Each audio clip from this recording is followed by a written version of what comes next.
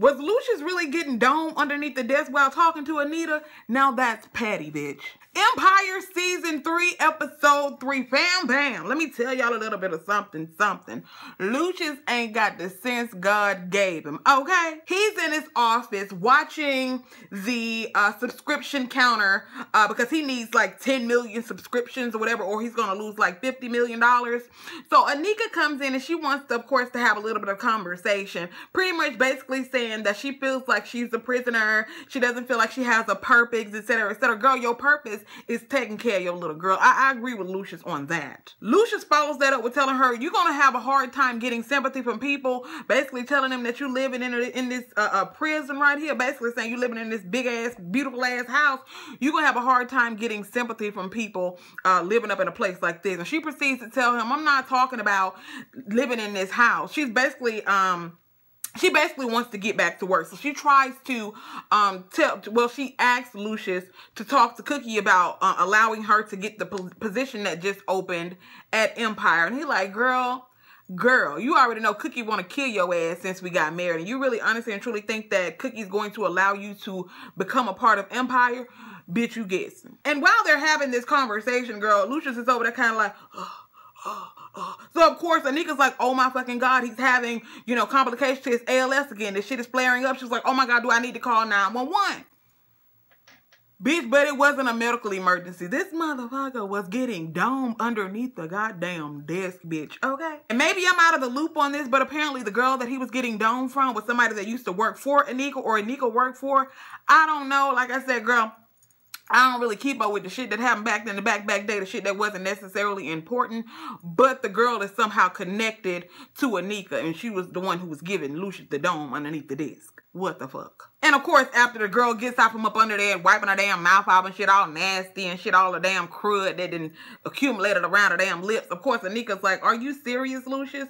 Are you for real, though, right now? So, of course, Anika storms out of the room because at the end of the day, we ain't, you know, married for real. We married for real, but we ain't really, you know, we don't really want to be married to each other. But motherfucker, you are seriously about to sit here and get some dome underneath your desk while I'm having a conversation? But that's what she get for barging in into his office on a motherfucking nouns. Just saying. After Andre is released from jail, girl, okay, of course he's going to call his parents, okay? He has to call his mother and his father, okay, Cookie and Lucius. And, basically, you know, they're telling him, you know, this happened to you because you're black. This happened to you because you're black. He was like, Mom and Dad, this is going on all over America, okay? And Lucius is like, look, you know what? I'm going to get Thirsty, a pimp named Slickback. I'm going to get him to, you know, he going to handle these motherfucking police officers. And of course, Cookie's like, oh, they didn't fuck with the wrong family. Now, remember what I said in the last review that I did? Cookie's like, oh, they didn't fuck with the wrong family. Now, Cookie and Lucius are ready to wreck shop, and they are ready to bring these police officers that did this shit to Andre. They're ready to bring them down. But Andre, okay, Andre wants to use his, you know, his Ivy League education and the fact that he is the CFO of Empire. He thinks that's going to get him off. But like I said, Lucius and Cookie, they want to fight fire with fire because they already know that the police, they don't motherfucking fight fair. So they don't want to fight fair. But like I said, Andre, he's feeling like his Ivy League education and the fact that he is CFO of Empire, he thinks that's going to be his end-all be-all. But we're going to later find out that when we get to court, okay, and I do want to give a shout-out to his brothers for showing up and supporting him, Jamal and Hakeem. But when he gets to court, of course, the judge starts reading his charges: assault on a police officer, trespass, and even though he was merely getting his belongings out of his home in a predominantly white neighborhood. Of course, after hearing the charges, Andre's lawyer wants him to basically take a plea deal because he already knows assault on a police officer, trespassing, and all the other charges that are brought down against him. His lawyer pretty much feels like, look, man, I don't feel like we can fight this one, so we need to go ahead and take the plea deal. By this being your first offense, you'll probably just get probation. But Andre like, hell no, I ain't did shit. All I was doing was getting my things out of my home, and these people assaulted me. So Andre don't want to accept no plea deal for some shit that he didn't fucking do, and I don't blame him. Now, Lucius, I want to give kudos to Lucius, and again, I want to give kudos to the writers, the directors, the producers, whoever had anything to do with the writing of this episode, okay? Lucius decides to pull up on the scene after Andre exits out of court. He decides to pull up on the scene and tell his children to get in the car, okay? He proceeds to take them to their old neighborhood where they used to live that is run down around, and it's, you know, it's real hardcore and dangerous over there. So Lucius decides to take them over there to give them a dose of reality. He pretty much tells them that if you weren't so privileged, if I hadn't coddled you, if I hadn't taken you out of the hood, put you behind four walls, and basically, you know, shielded you from reality, Lucius honestly and truly feels like his children, that they just, because they rich and shit and they feel like they privileged and they spoiled, he feels like they done forgot they black. And that's what happens with a lot of these celebrities, especially the celebrities who refuse to speak out about certain situations. A lot of them feel like, girl, I mean, they rich, and I guess they automatically feel like people, when a police officer or whoever sees them, they probably ain't gonna have to go through these things, okay? But like Lucius said, if you weren't rich, you'll just, hell, who knows? You might be another motherfucking statistic if I hadn't coddled you and put you behind these four walls. He said, you might be another Trayvon Martin. You could be another Freddie Gray. You could be another Eric Garner. And when he started reading off those names, bitch, I started getting chills. And we know that Lucius is a fucked up individual. That's absolutely no secret. But that is a dose of a sad fucking reality right there. That any one of us, okay, any one of us, rich or poor, can become the very next hashtag because of these motherfucking crooked ass cops. Just saying. Andre and Jamal ain't here for the motherfucking shit. They like, open the door.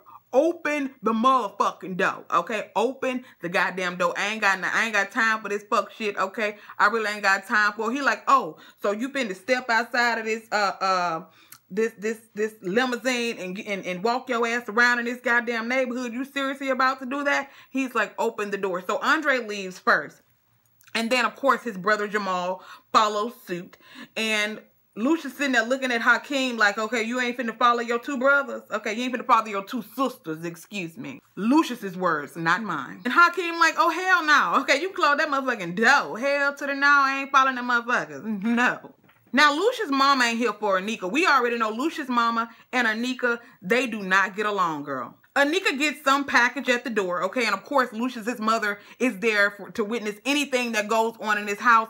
Lucius' mama knows about it because apparently somebody else was holding the baby, okay, baby Bella. And Lucius' mama like, bitch, why ain't you holding your own goddamn baby? You ain't do shit around here. Why the fuck ain't you holding your own goddamn baby? But like I said, they get a knock on the door and it's a UPS man who gives Anika a package. And of course, she's kind of giving him that eye. Remember, Lucius already done got some dome in the presence of her. So she's sitting there eyeing this damn UPS driver like, Now, Lucius sitting there getting his knob topped off in the presence of Anika. That was basically his way of letting Anika know, look, you are only here to take care of my granddaughter and to keep my motherfucking ass out of the slammer. Period, point blank, exclamation point. Lucius ends up getting a phone call from Anika, and I guess she's, you know, she's sitting in his office and she's watching the subscription counter herself. So he busts into his office and he's like, what the fuck are you doing in my office? Okay, and she's like, almost there, because he was almost at 10 million. Remember, he was supposed to get 10 million subscription or he was going to lose like $50 million.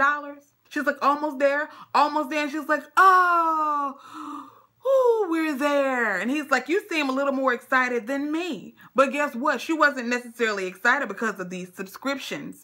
All of a sudden, that UPS driver that showed up at the door, oh, he was underneath the desk giving Anika some sloppy noggin herself. And Lucius is like, oh, hell no, bitch, I know you ain't got no motherfucking dude up in my goddamn office. You done lost every part of your motherfucking eye. I know I was getting me some sloppy noggin up underneath this motherfucking ham. But, like I said, you are supposed to be here to take care of my grandchild and to keep me out of prison.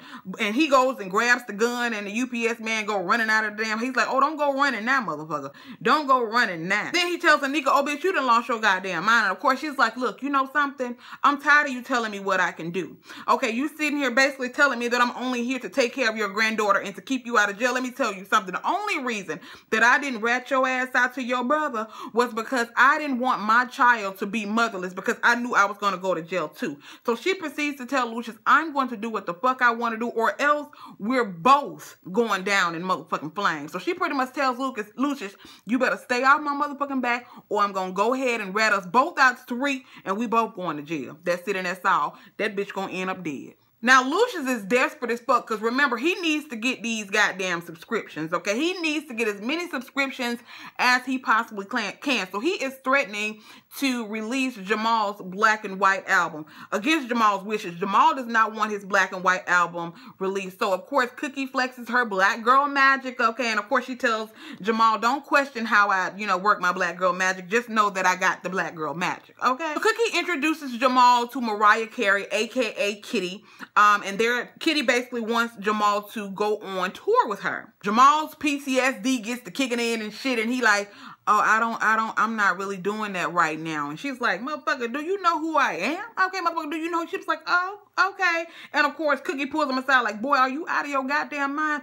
Do you not know that this is Kitty, aka Mariah Carey, motherfucker? You better get over that shit and get over it quick. So in order to prevent Lucius from releasing the black and white album, he pretty much tells Lucius that he will give him a duet with Kitty in the place of releasing the black and white album. And of course, Lucius was all over that motherfucker. He's like, you know what? That shit right there, that will double these subscriptions. But Jamal's PTSD is still fucking flaring up. And girl, he is popping all types of pain pills. He high as a motherfucking kite, okay? He high as giraffe punani. Let me tell you that right now. This fool, he popped one before he went in there, and then he was fucking up, and then he like, oh, okay, give me a few minutes. Turned around and popped another one. So it looks like Jamal is probably going to be addicted to pain pills. He probably gonna eventually have to go to rehab.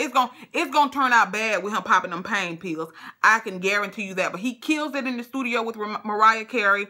Lucius loves it. But guess what Lucius does? He does some old petty ass shit because Lucius is a petty motherfucker, and he ends up releasing the Black album, which includes all of the songs that he wrote. He left off all of the songs that Cookie produced because he knew that Cookie couldn't do anything about the songs that he wrote himself and he produced. So he releases the Black album, still getting back at Cookie. Remember, he's still pissed off at Cookie for the fact that she fucking around with whatever the dude named Tay Diggs, that motherfucker there. Now Hakeem's all in his feelings because Tiana was performing, and Lil Romeo, the motherfucker from ICDC College, you know that motherfucker right there, he was doing a performance with Tiana. He also wrote a diss track against Hakeem, okay? And he also made sure he lip-locked with her on stage so Hakeem and everybody and their mama can see the shit. For some odd reason, Hakeem still feels like Tiana is his girl, even though Jamal is like, that is not your fucking woman. You and Tiana are not together, okay? What part of that do you not understand? But for some reason, in the back of his mind, he feels like him and Tiana are together,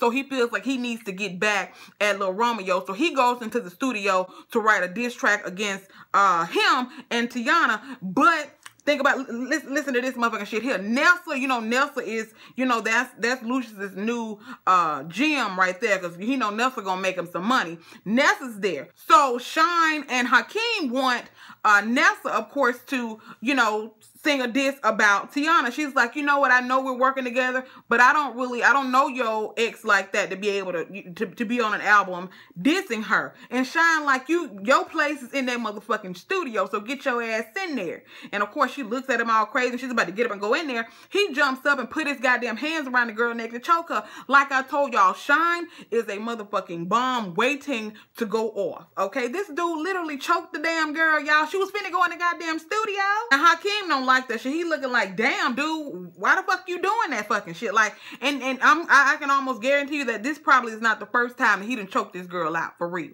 Or any woman, period. We can also really quickly talk about the fact that Lucius basically wants Tay Diggs, I can't think of his fucking, name on the show right now, wants Tay Diggs to be upset with Cookie. He don't really want them to fuck around with each other because, he wants Tay Diggs to feel like Cookie was in on this whole situation that he has concocted. Basically, Lucius has propositioned one of Tay Diggs's, the boys that he's mentoring with a contract to be a rapper for Empire. Basically, get a record deal with Empire. And of course, Tay Diggs don't like that shit because he's like, this boy is very, very smart. He's very talented. He needs to go to school to make something out of himself. We don't need no more fucking rappers. And I totally agree with him. We don't need no more motherfucking rappers in this world. And he shows her Cookie, this is what, this boy does. He mentors these people. He's very great with computers. He's very, very smart. We need people like this to be able to,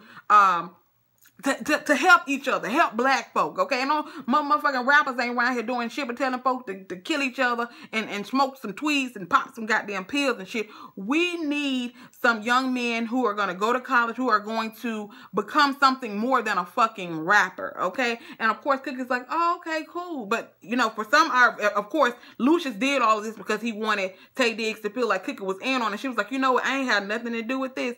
This is all Lucius is doing. So Lucius actually writes out a contract and tries to get the boy to sign it over, but the boy don't really want to sign the fucking contract, even though he knows that it's a great, you know, it would be a great opportunity, but he doesn't want to do it. And of course, Cookie comes in and she's like, I can understand you being nervous. You're about to sign your life over to the devil, but the boy ends up not signing it. Hopefully he doesn't sign it and he goes ahead and goes to college, because like Tay Diggs said, we don't need no more motherfucking, we don't need no more rappers in this world. We need some people with some sense, with some degrees, okay? With something under their goddamn belt other than being a rapper. At the end of this episode, we see motherfucking Tariq the Freak, okay? Tariq the Freak sees Andre walking down the road by himself. He was like, damn, you ain't got enough of walking down the road by yourself while being black? He's like, man, what you want, okay? He's like, damn, nephew, you know, I'm pretty much just trying to check on you since seeing all these very, very serious charges that you have against you. Basically, Tariq is behind this whole situation that happened with Andre.